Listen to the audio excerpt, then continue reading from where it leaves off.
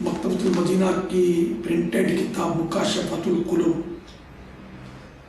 صفحہ نمبر 336 پر مروی ہے کہ حضرت عیسیٰ علیہ السلام ایک انسانی کھوپڑی کے قریب سے گزرے.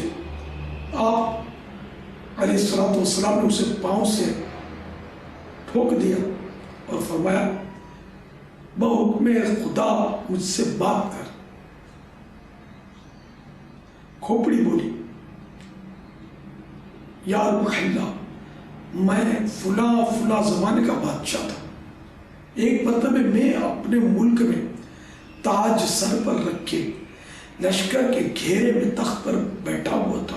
اچانک ملک الموت میرے سامنے آ گئے جسے دیکھ کر میرا ہر عضو معطل ہو گیا اور میری روح پرواز کر گئی.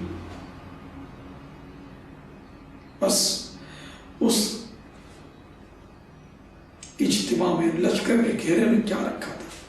جدائی تو سامنے کھڑی تھی اور اس انس و محبت میں کیا تھا؟